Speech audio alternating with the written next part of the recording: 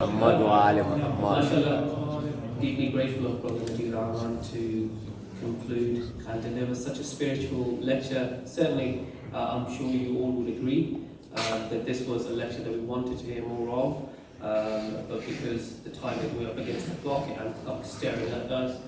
So please recite Allah Salat for the increased exaltation of Brother Nadir Rahman and his ilm. Please recite Allah Salat. Allahumma salli ala Muhammad wa ali Muhammad. جیسا کہ اعلان کیا جا چکا ہے کہ آج کی مجلس ترحیم ہے جس کو برپا کیا گیا ہے برائے ایصال ثواب مرحومہ زاہدہ حسین بیوی کے ایصال ثواب کے لیے، جو کہ والدہ تھیں شراز بھائی کی اور غلام اعظم کی سسٹر ان لو تھیں. آپ کے تمام خانوادے کے جتنے بھی بزرگوار اس دنیا سے رخصت ہوئے ہیں، ان کے ایصال ثواب کے لیے ایک مرتبہ بار دیگر صلوات. Allahumma salli ala Muhammad wa ali Muhammad. ہماری خوش نصیبی ہے کہ ہمارے درمیان عالم اسلام کے ایک عظیم شان عالم دین ہمارے درمیان میں موجود ہیں، کسی بھی تعارف کا محتاج نہیں ہے. تہہ دل سے ادارہ مارکہ اسلام حسینیہ اور خانوادہ جن کی آج ایصال ثواب کی مجلس ہے، شراز بھائی ان کے اہل خانہ کی طرف سے قبلہ آپ کا تہہ دل سے مشکور ہوں کہ آپ نے اپنے انتہائی بزی اسکیجول سے ٹائم نکالا اور آج کی مجلس سے خطاب کیا. اس کے ساتھ ساتھ الحمدللہ آپ جانتے ہیں کہ مجلس علماء شیعہ یورپ گزشتہ کئی سالوں سے عالم اسلام میں بالخصوص یورپ میں اپنی خدمات جو ہے وہ پیش کر رہی ہے، اور الحمدللہ گزشتہ کئی سالوں سے قبلہ اس ادارے کی بھی روح رواں رہے. اور آج ایک اہم میٹنگ تھی جس میٹنگ میں قبلہ جو ہے وہ اس جو چیئرمین کی پوزیشن تھی، جو پریزیڈنٹ مجلس علماء شیعہ یورپ کی ذمہ داری تھی، ریلکٹنٹلی مولانا نے جو ہے وہ انویٹیشن جو ہے وہ کسی اور کے حوالے کیا ہے. یقیناً یہ ایک مجلس علماء شیعہ یورپ کا انٹرنل میٹر ہے، اور وہ ان ڈیو کورس میری خواہش تھی کہ جو نئے الیکٹڈ چیئرمین ہیں قبلہ وہ آتے اور وہ خود اپنا تعارف کرواتے اور ہم انہیں یہاں پہ ویلکم کرتے. لیکن یقیناً مجلس علماء شیعہ یورپ قبلہ آپ کی سرپرستی میں جس عروج پر گئی، اور الحمدللہ جو آپ نے ملت جعفریہ خیر البریہ کی جو خدمت کی ہے، اور خاص طور پہ آپ نے جو سلیبس پیش کیا اپنے ٹینیور میں، we are deeply grateful to you. الحمدللہ ہماری کمیونٹی جو ہے وہ آپ کی تہہ دل سے مشکور ہے، اور قبلہ کی صحت و سلامتی کے لیے قبلہ کا یہ سفر علم جو ہے وہ جاری ساری رکھے ہوئے ہیں. الحمدللہ مکتب محمد وآل محمد کی روشنی کو یہ دنیا میں عام کیے ہوئے ہیں. قبلہ کی صحت و سلامتی کے لیے ایک مرتبہ باز بلند صلوات.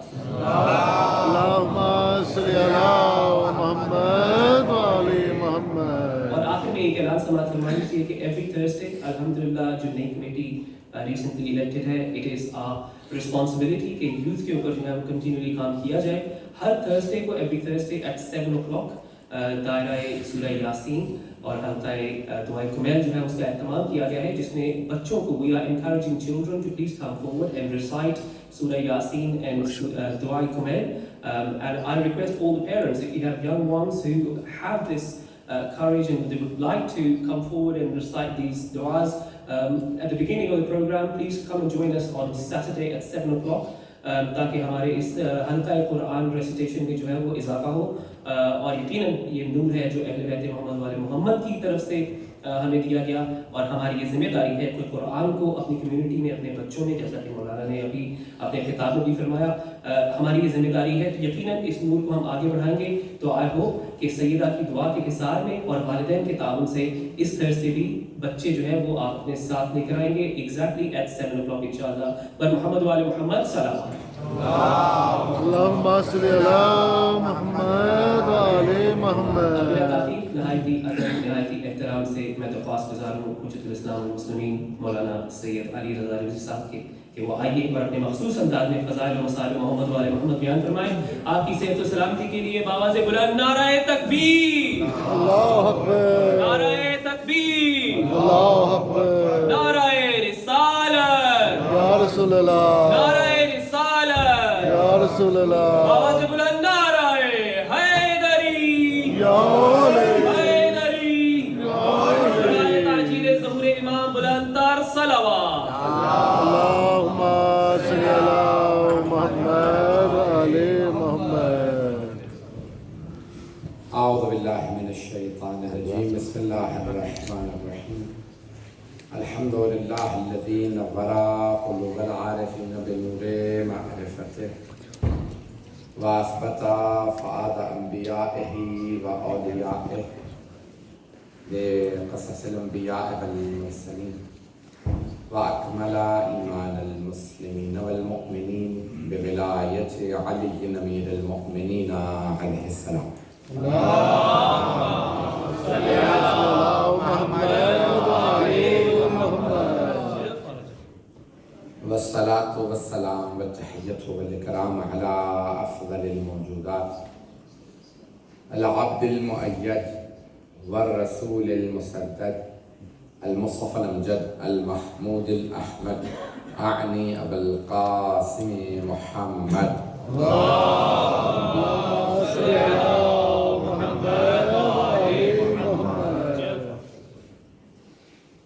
وعلى روحه ونفسه وصهره ووسيه سيد الأتقياء والأصفياء مولى المغالي إمام المتقين علي بن أبي طالب.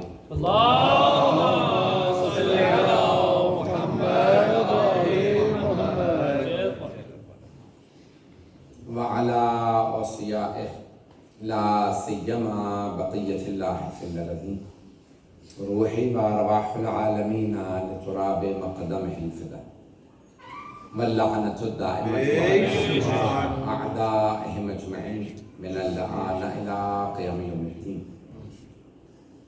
أما بعد فقد قال الله الحكيم في كتابه الكريم بسم الله الرحمن الرحيم إن الذين آمنوا وعملوا الصالحات سيجعل لهم الرحمن ودا.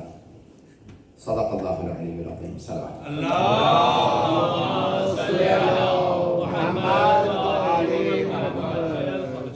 سورة فاتحة درخواست کی گئی ہے مرحومہ مغفورہ زاہد حسین نبی کے لیے فاتحہ. بسم اللہ الرحمن الرحیم.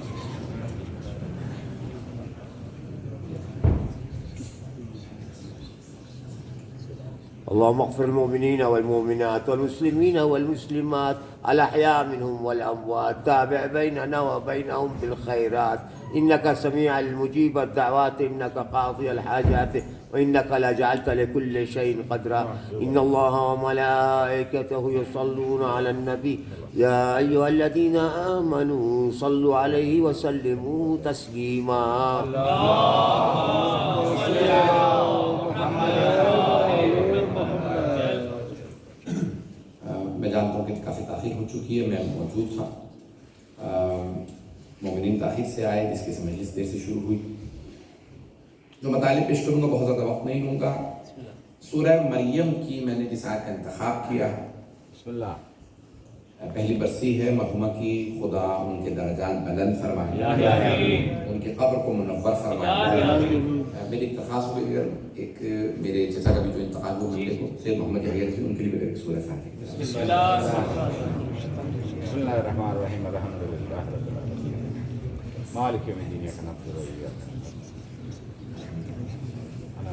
اللهم اغفر المؤمنين والمؤمنات والمسلمين والمسلمات الأحياء منهم والأموات تابع بيننا وبينهم بالخيرات إنك سميع المجيب الدعوات إنك قاضي الحاجات إنك لجعلت كل شيء قدرا. إن الله وملائكته يصلون على النبي يا أيها الذين آمنوا صلوا عليه وسلموا تسليما. اللهم صل على محمد وعلى محمد. مجلس ایصال ثواب کی ہے. ایصال ثواب یعنی ثواب کا پہنچانا. اگر ثواب پہنچتا نہیں تو ایصال کیسے کیا جا سکتا؟ تھوڑی سی توجہ کیجیے. بہت سے افراد کہتے ہیں کہ مرنے والوں کے لیے نہ فاتحہ پڑھیں نہ مجلس کریں نہ کوئی اہتمام کریں. تو اگر ہم کہتے ہیں کہ ہم فاتحہ پڑھیں تو کہتے ہیں نہیں پہنچتی. لیکن اگر ہم کہیں کسی پہ لعنت تو کہتے ہیں یہ آپ نے لعنت کیوں کی؟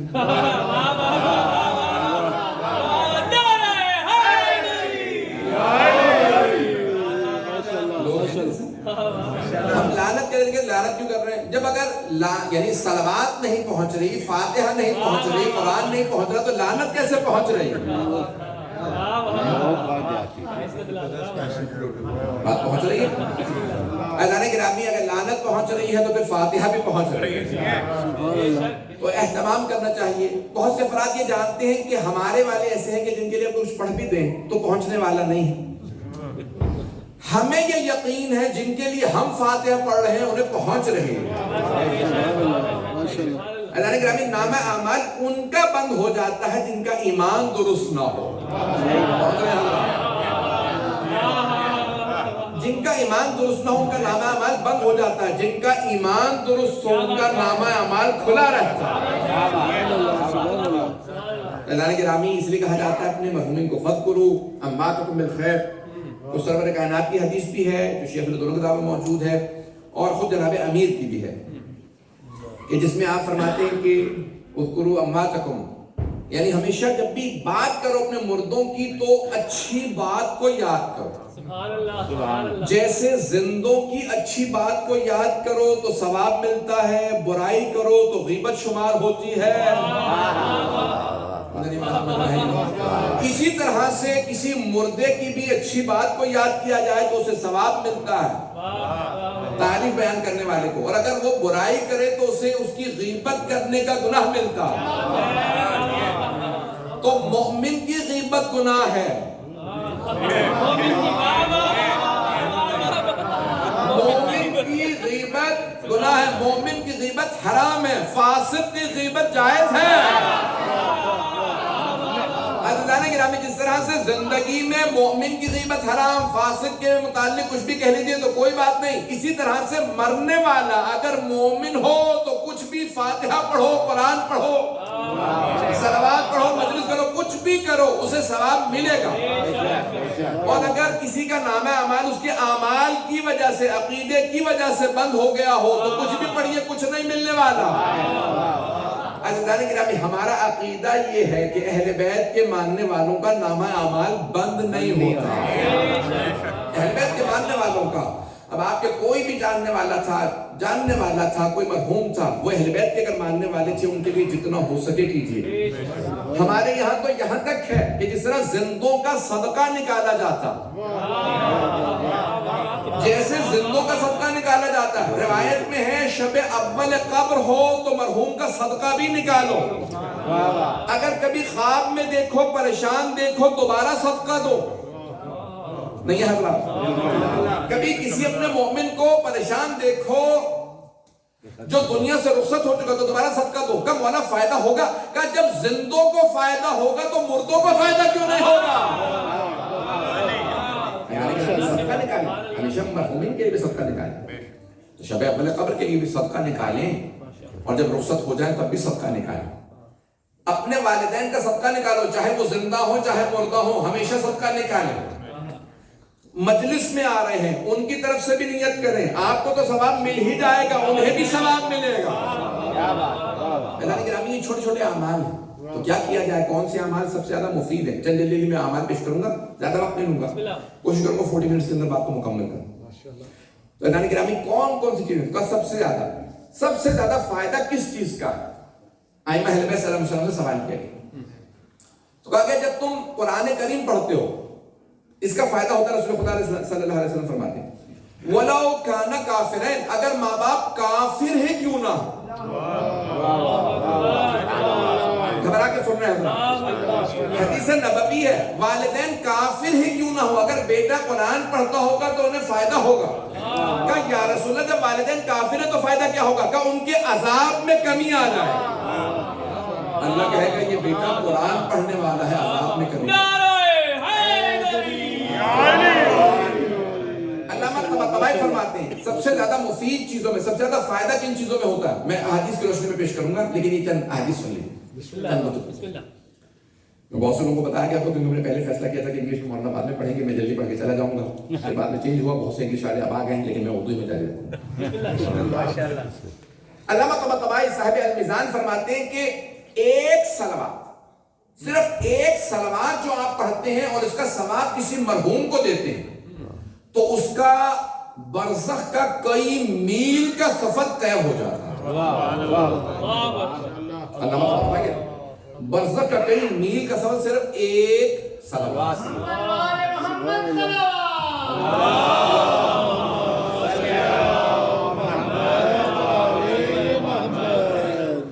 اللہ نے کہا یہ چیزیں جو کام آنے والی ہیں. آئیں ذرا کتاب کا نام ہے دار السلام فی الرؤیت والمنام. محدث نوری کی کتاب ہے 4 جلدوں میں. اس میں سوال کرتے ہیں رسول خدا اپنے صحابہ کو بیان فرما رہے ہیں. کہتے ہیں کہ میں نے خواب میں اپنے چچا کو دیکھا حضرت حمزہ جو سید الشہداء تھے امام حسین سے پہلے. کہا میں نے چچا کو خواب میں دیکھا کہ چچا جان ان کی شہادت کے بعد کہا چچا جان یہ مرنے کے بعد سب سے زیادہ کیا چیزیں کام آئیں؟ تو حضرت حمزہ سید الشہداء علیہ السلام نے فرمایا کہ یا رسول اللہ 3 چیزیں مرنے کے بعد سب سے زیادہ کام آئیں.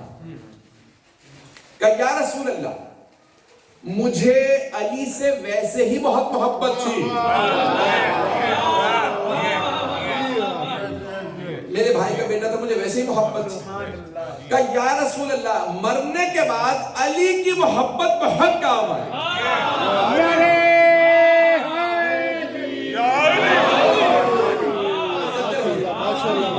حضرت حمزہ عام آدمی نہیں ہے. میری ایک بات سن لیجیے گا, اس کے بعد میں بات کو آگے بڑھاؤں گا. رسول اکرم جب نماز جنازہ پڑھاتے تھے تو منافقین کے لیے صرف 4 تکبیرات پڑھتے, مومنین کے لیے 5 پڑھتے, بعض کا 7 بھی پڑھتا. لیکن حضرت جعفر طیار کے جب جنازے پہ آئے تو آپ نے 40 تکبیرات پڑھا. 40 تکبیرات وسائل شیعہ میں موجود ہے, 40 تکبیر 40 تکبیرات پڑھی. اور حضرت حمزہ اور حضرت فاطمہ بنت اسد مادر امیر المؤمنین, ان 2 ہستیوں کا جب رسول خدا نے مدینے میں جنازہ پڑھایا تو آپ نے 70 تکبیرات پڑھا. آپ سوچئے کتنا مقام ہے حضرت حمزہ کا, نہیں پہنچا پا رہا ہوں. اتنا رتبہ حضرت حمزہ سلام اللہ علیہ کا کہ رسول اکرم 70 تکبیر ان کے صلاۃ الجنازہ پہ, نماز جنازہ پہ 70 تکبیرات پڑھی رسول اسلام نے, رسول اکرم نے, رسول خدا نے.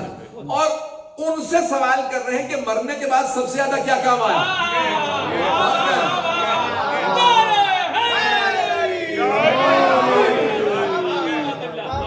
جن کے جنازے پہ سرور کائنات نے 70 تکبیرات پڑھی, ان سے پوچھا ہے چچا جان مرنے کے بعد سب سے زیادہ کیا کام آیا؟ تو حضرت حمزہ نے فرمایا یا رسول اللہ 3 چیزیں مرنے کے بعد سب سے زیادہ کام آئی. سب سے جو پہلی چیز کام آئی یا رسول اللہ مجھے علی سے بڑی محبت تھی. یہ مرنے کے بعد علی کی محبت بہت کام آتی.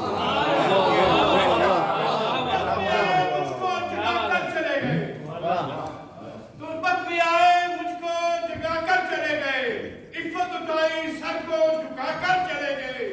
میں نے جب بڑھ کے کہا یا علی بدر, منکر نکیر ہاتھ ملا کر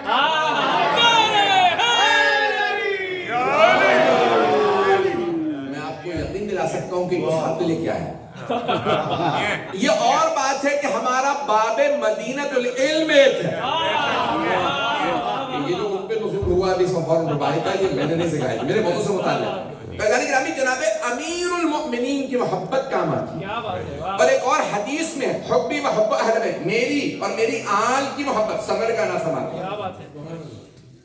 میری اور میری آل کی محبت 7 مقامات پہ کام آتی. 7 مقامات پہ کام آتی. احوالہن عظیمہ, جن کا ہال بہت زیادہ, جہاں بہت زیادہ پریشانی ہوتی ہے. 7 مقامات نام سن کے لوگوں کو پسینہ آ جاتا ہے.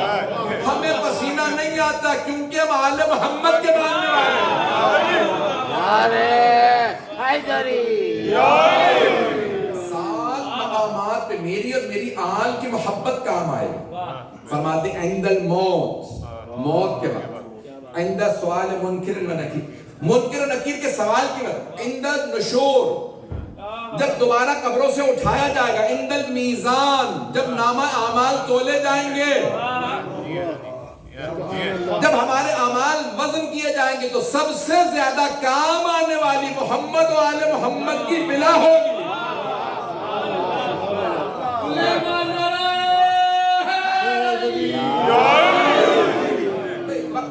تفصیل میں نہیں جا سکتا.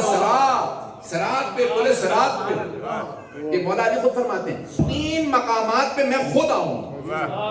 میرا اگر کوئی ماننے والا ہو تو مولا فرماتے ہیں 3 مقامات پہ خود آؤں گا. موت کے وقت میں ملک الموت سے کہہ دوں گا روح آرام سے نکالنا یہ میرا. سوال منکر و نکیر کے وقت. اور تیسرا مولا فرماتے ہیں صراط پہ چہرہ دیکھ کے کہوں گا یا نار ھذا لی، اے جہنم یہ میرا ہے اسے چھونا مت. اور چہرہ دیکھ کے کہیں گے یہ تیرا ہے اسے چھوڑنا مت. گرامی میں ساری آپ کو کوشش کر رہا ہوں کہ کسی طریقے سے آپ کے اندر وہ ولا دوبارہ اجاگر. اپنے اندر ایمان کو مستحکم کیجئے. ہم ایک عجیب و غریب دور سے گزر رہے ہیں جہاں لوگوں کے ایمان متزلزل ہو رہے ہیں. جب صدام آیا تھا نا تو شیعہ جو عراق میں تھے ان کے ایمان متزلزل ہو گئے تھے. لیکن جب صدام ہٹا وہ ملعون گیا تو عراقی کہتے ہیں ہمارا ایمان پہلے سے دگنا ہو گیا. جہاں عزاداری روکی تھی صدام نے، سید الشہداء کا تذکرہ جہاں روکا تھا، جب وہ گیا تو کم نہیں ہوا تھا، عزاداری اس سے بھی زیادہ بڑھ گئی. عزیزان گرامی کون ہے ہم کن کے ماننے والے ہیں؟ میں آپ جو تعارف کروانا چاہتا ہوں. تو اب جناب حمزہ سلام اللہ علیہ فرماتے ہیں 3 چیزیں مرنے کے بعد کیا مانیں اگر سننا پسند کریں. پہلی چیز یا رسول اللہ مجھے اپنے بھتیجے علی کی محبت بہت کام ہے. دوسری چیز یا رسول اللہ جب میرے بابا یعنی حضرت عبد المطلب رسول خدا کے دادا جب حاجی آتے تھے نا مکے میں تو اپنے سارے بیٹوں کی ذمہ داریاں لگاتے تھے. تم نے مہمانوں کو ریسیو کرنا ہے، تم نے کھانا کھلانا، تم نے کہا میرے ذمہ حاجیوں کو پانی پلانا آتا تھا. کہا یا رسول اللہ یہ پانی پلانا مرنے کے بعد بہت زیادہ کام آیا. دیکھو یعنی یہ جو کبدن حرہ یہ جتنے بھی کلیجے گرم ہو جاتے ہیں نا انہیں ٹھنڈا کرنے کے لیے کسی کو پانی پلائیں اس کو پانی پلائیں تو بڑا اجر و ثواب ہے. توجہ ہے. علماء نے بحث کی ہے کہ یہ حدیث میں کیوں کہا کبدن حرہ یعنی جگر جو گرم ہو گیا. یہ کیوں نہیں کہا کہ انسان کو پانی پلائے؟ کیا کیونکہ جگر جانور میں بھی ہوتا ہے. حیوان کو بھی پانی پلاؤ تو ثواب ہے. جانوروں کا بھی پانی بند نہ کرو. حدیث نہ بند. ابھی جانور کو بھی ایسا نہ مارو. یہاں تک ہے کہ اگر تمہارے پاس وضو کا پانی ہے تو تیمم سے نماز پڑھ لینا. کسی جانور کو پیاس سے مرنے نہ دیں.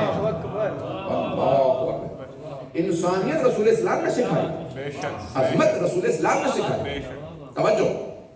یا رسول اللہ 3 چیزیں بہت کام ہیں. علی کی محبت، دوسرے پانی پلانا، تیسرے یا رسول اللہ آپ نے مجھے درود و صلوات سکھا دیا تھا. میں آپ کی اور آپ کی آل پہ مسلسل درود بھیجتا رہتا تھا، صلوات پڑھتا رہتا تھا.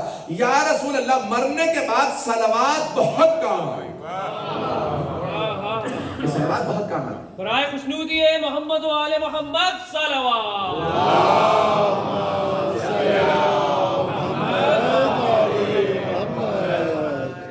اس طرح اور چلیے مرنے کے بعد کیا کیا کام آتا ہے میں پیش کر رہا ہوں. تو قرآن، پانی پلانا، صلوات پڑھنا. یہاں تک کسی تاجر کو، ایک بزنس مین تھا، اس کی دکانیں تھیں شیراز ایک شہر ہے ایران کا، وہاں پہ اس کا انتقال ہوا. تو تمام جو شیراز کے علماء تھے انہوں نے خواب میں دیکھا یہ بخشا گیا. تو اس سے پوچھا تو کیسے بخشا گیا؟ پہلی رات خواب میں آیا.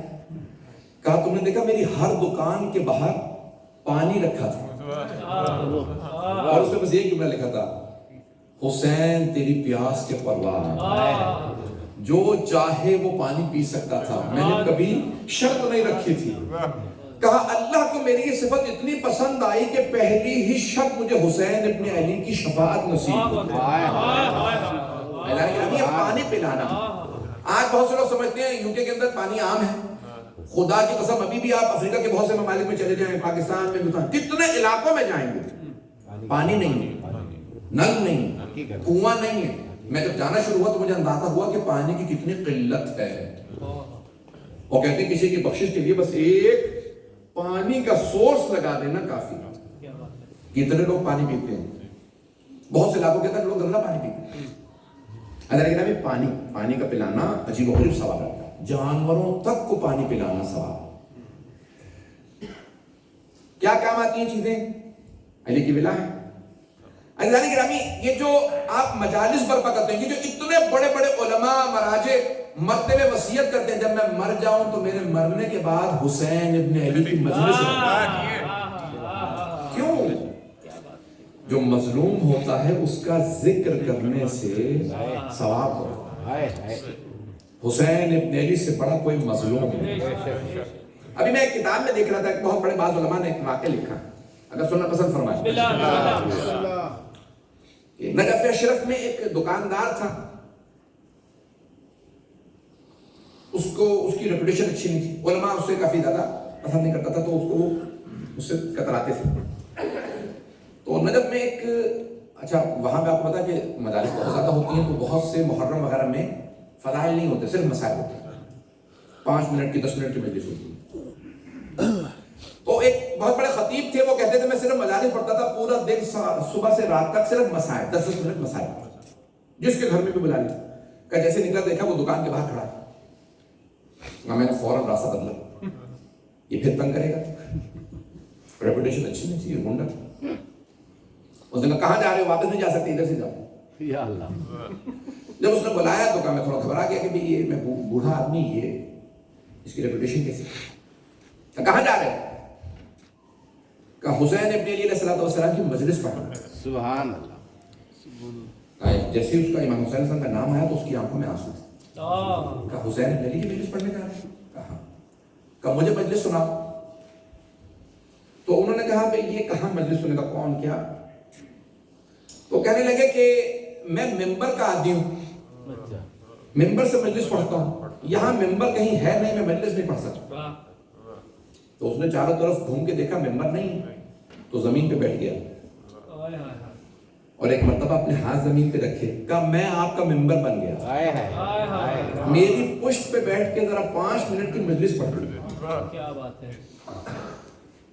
وہ بہت بڑے خطیب، وہ کہتے ہیں کہ میں ایک مرتبہ اس کی پشت پہ بیٹھا، میں نے مسائل پڑھنا شروع کی. اس نے کہا مسائل پڑھ دیں. کہ جیسے ہی میں نے مسائل پڑھنا شروع کیا وہ اونچی اونچی رونے لگا، اس کا پورا بدن کانپنے لگا.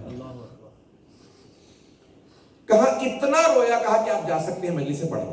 اور کہا اسی رات اس کا انتقال ہو گیا. نہیں میں روتے روتے اس نے توبہ کی. جب اس کی توبہ قبول ہوئی، اللہ نے توبہ قبول ہوتے ہی روح قبض کر لی تاکہ دوبارہ گناہ نہ کرے. پہنچ گئے. توبہ قبول ہوتے ہی روح قبض کر لی، مر گیا. اب کیا کیا؟ کچھ علماء نے کہا کیا کرے اس کا؟ اس کو کفن کرو، اس کو نجف سے باہر نہیں دفنا دو.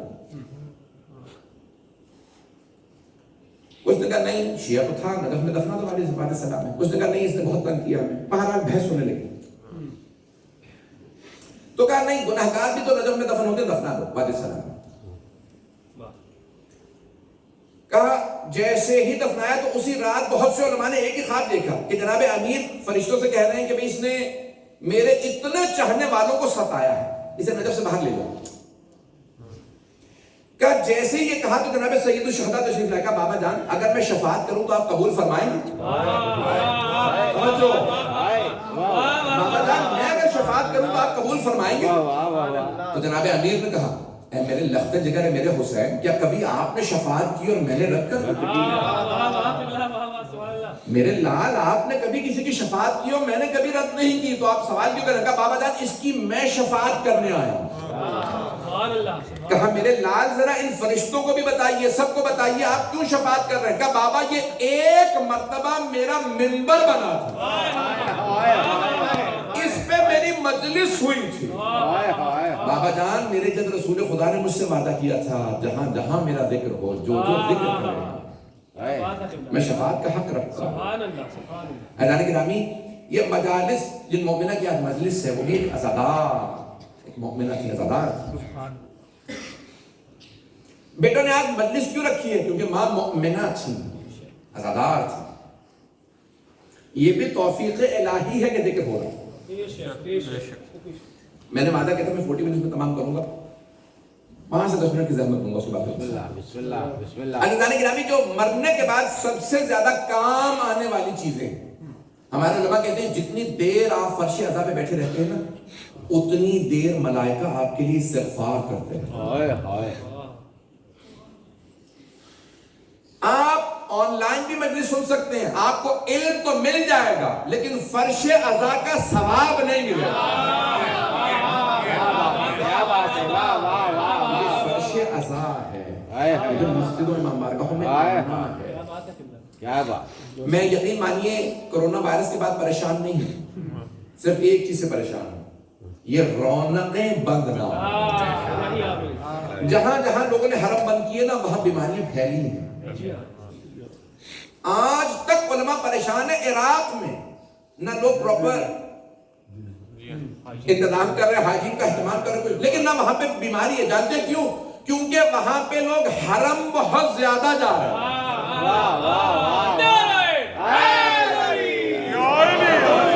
مجھے پتا ہے بہت سے لوگ کرٹیسائز کریں گے کہ بھئی یہ کیا بات آپ انکریج کر. نہیں, ماسک پہنے, میں نہیں کہتا نہ پہنو, میں نہیں کہتا ہاتھ نہ دھو, میں نہیں کہتا کہ اپنے بار بار جو ہے وہ سینیٹائزر لگائیں, نہیں, سب کچھ کیجئے لیکن مجالس سے دور مت ہوئیے.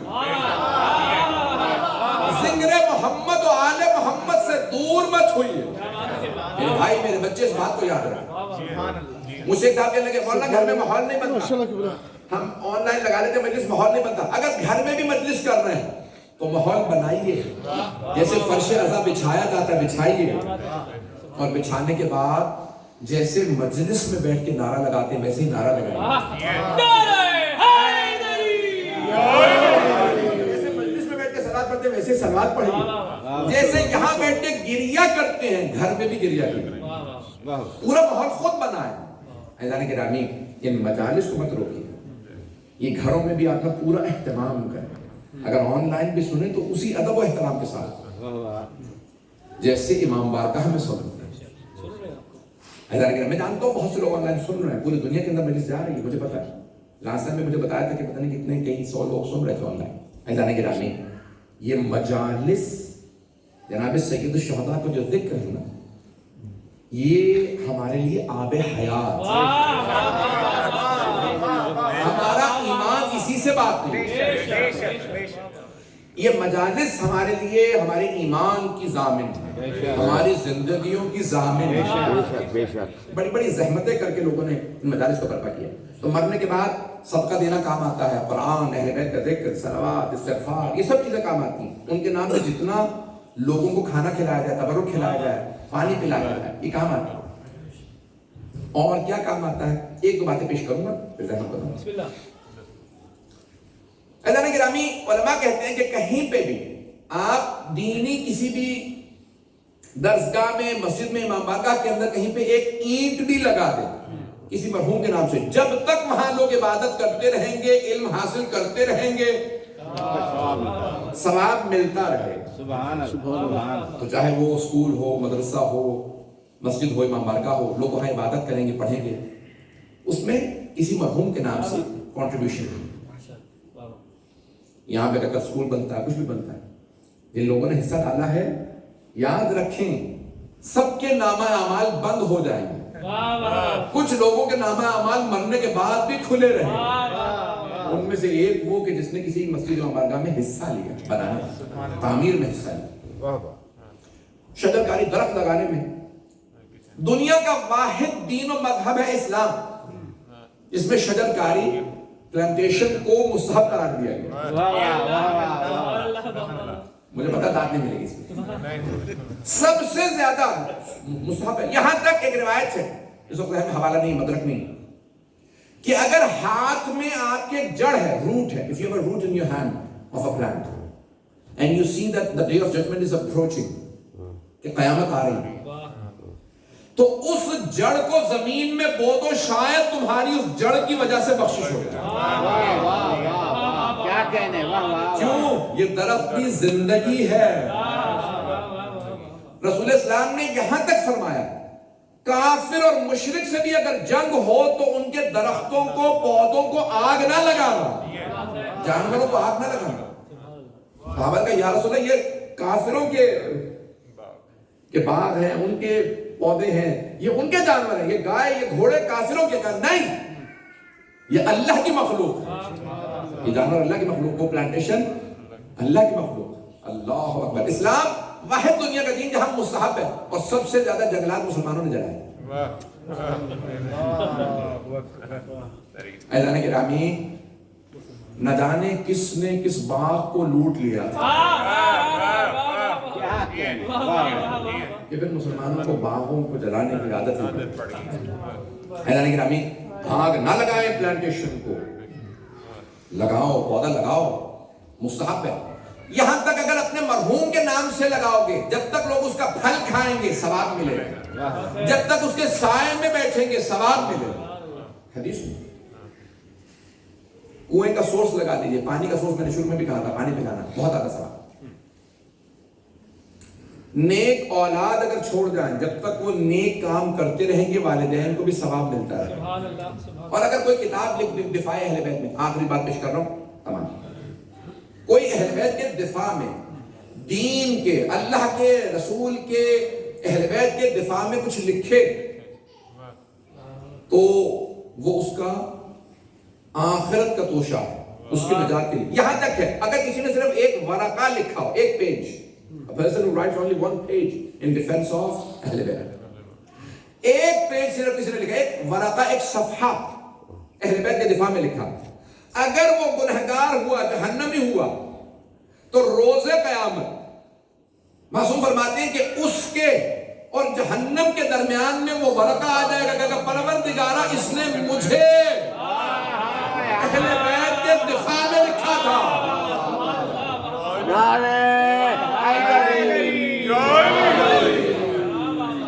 دفاع اہل بیت اتنا مقدس, کیا کہنے ان علماء کے جنہوں نے پوری زندگیاں وقف کر دی. ہم صرف اہل بیت کا دفاع کرنا, کسی نے الغدیر لکھی, کسی نے مقات الانوار لکھی, کتنی بڑی بڑی کتابیں لکھ گئی انہوں. اللہ نے کرام, ایک ایسی مؤمنہ کہ جنہوں نے بیٹوں کو عزادار بنایا.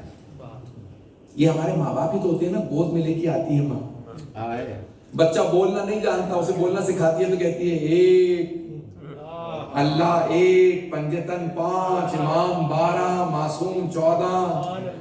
یہ عدد و شمار ماں ہی تو سکھاتی ہے. بچہ گنتی بھول جاتا ہے, مرتے دم تک یاد رکھتا ہے 1, 5, 12, 14. سبحان اللہ, سبحان اللہ. یہ ماں نے تو سکھایا, یہ آغوش مادر سے بچہ سیکھتا ہے. آخری جملے پیش کر رہا ہوں بس, مسائل کی طرف. یہ مائیں ہماری, اور جو باپ اپنے بیٹے کو انگلی پکڑ کے پہلی مرتبہ مجلس میں لاتا ہے, نماز میں لاتا ہے, عزاداری میں لاتا ہے, امام کا, وہ بچہ کبھی نہیں بھولتا میں پہلی مرتبہ امام بارگاہ کس کی انگلی پکڑ کے آیا.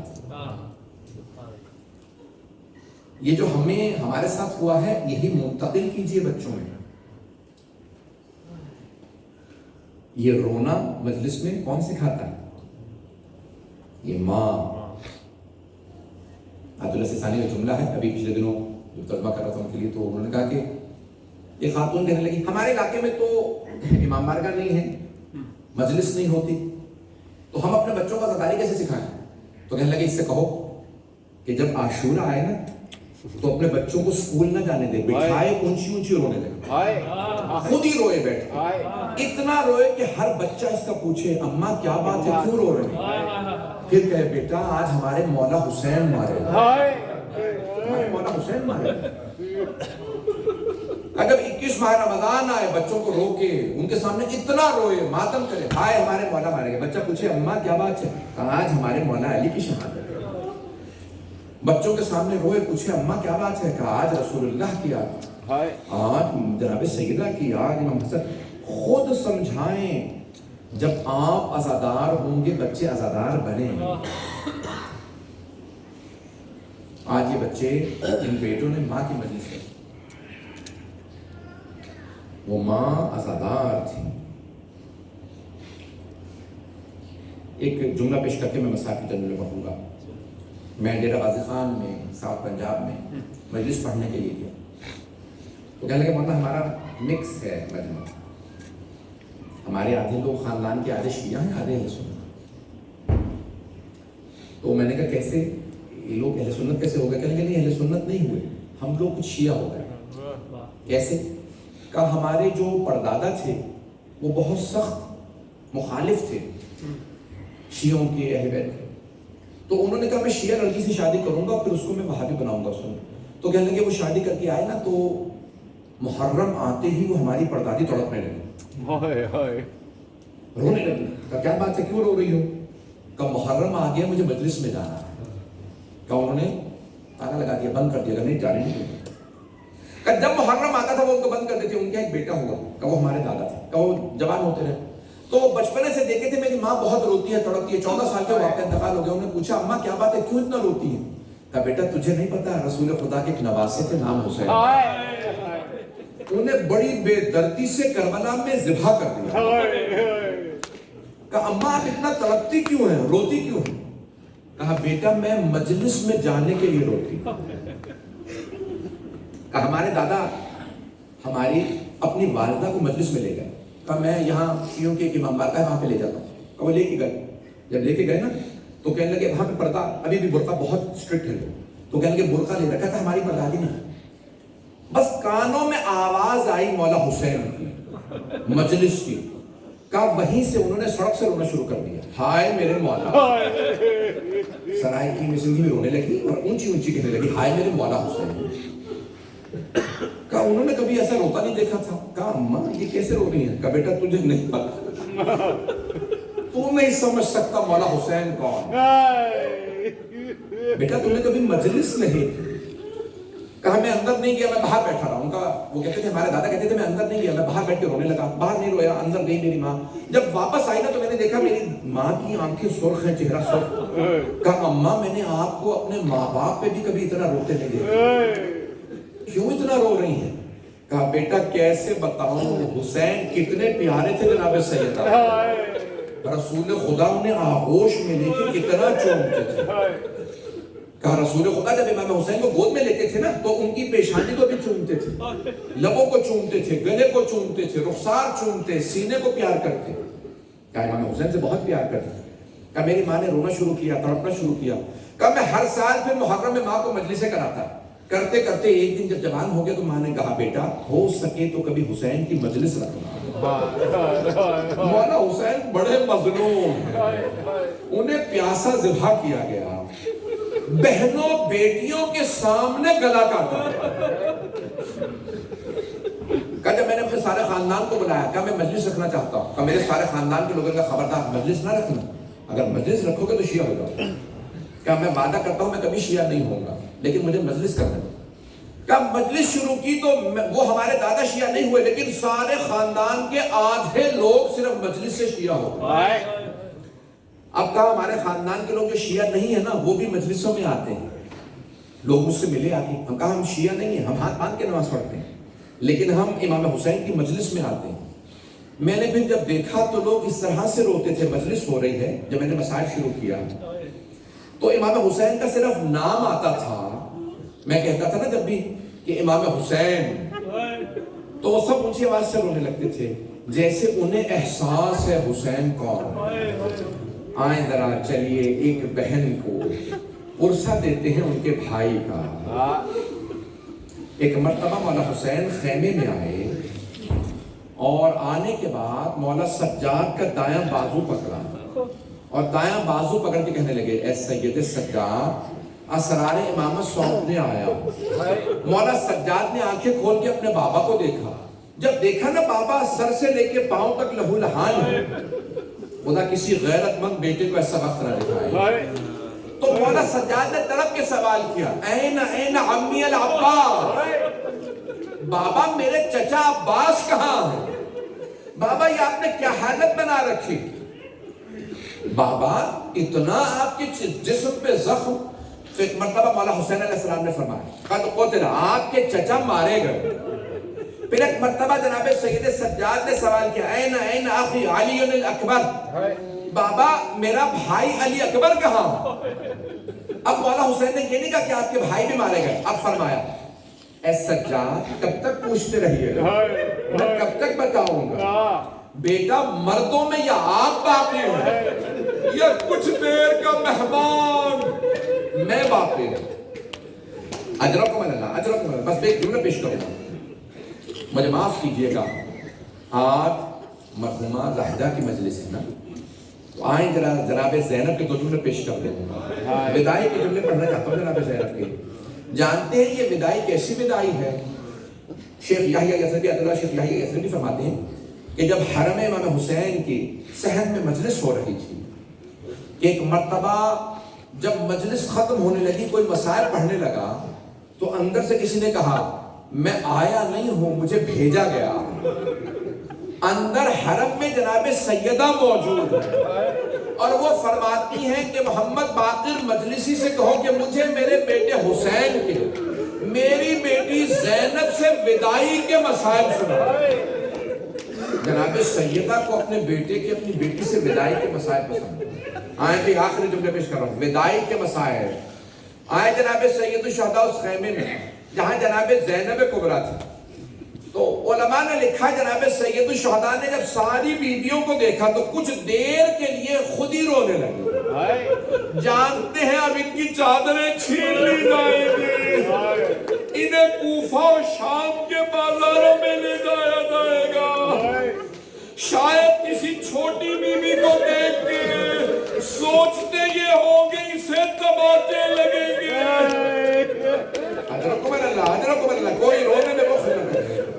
آخری جملے پیش کر رہا ہوں، مولا نے ساری بیویوں کو دیکھنا شروع کیا، پھر ایک ایک کا نام پکار کے سلام کیا، یا زینب، یا ام کلثوم، یا رباب، یا رقیہ، ایک ایک بیوی کا نام لیا، یا سکینہ، ایک نام لے کے فرمایا علیکن منی آخر السلام، میرا آخری سلام قبول کیجیے۔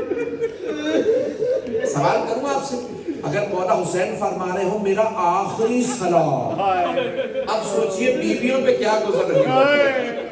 آخری سلام یعنی اب مولا حسین واپس نہیں آئیں گے، اب واپس نہیں آئیں گے۔ ایک مرتبہ ساری بیویاں تڑپنے لگی، ہلکا باندھا، سب اونچی آواز سے رونے لگی، لگ رہا تھا جیسے سید الشہداء کا جنازہ۔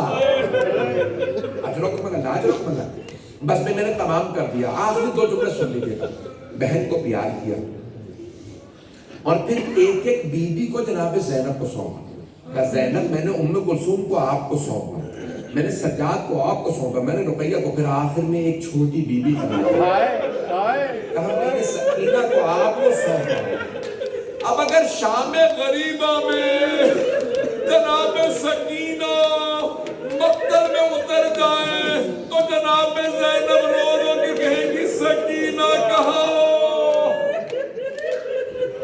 اجرکم اللہ، اجرکم اللہ۔ بس بھائی آخری جملے سن لیجیے، جناب سید الشہداء کیا کرتے ہوئے خیمے سے باہر آئے۔ مرحوم عادلہ شیخ جعفر شوشتری فرماتے ہیں، میں ادھر دیکھے گا آخری جملے پیش کر رہا ہوں، جب خیمے سے باہر آئے نا امام حسین علیہ السلام تو نظر یمیناً و نظر شمال، پہلے دائیں طرف دیکھا، پھر بائیں طرف دیکھا، پھر بڑی حسرت سے آواز دی، او عباس، او علی اکبر، او قاسم، او حبیب، میں نے تم سب کو گھوڑوں پہ سوار کرایا تھا لیکن مجھے کوئی سوار کرانے والا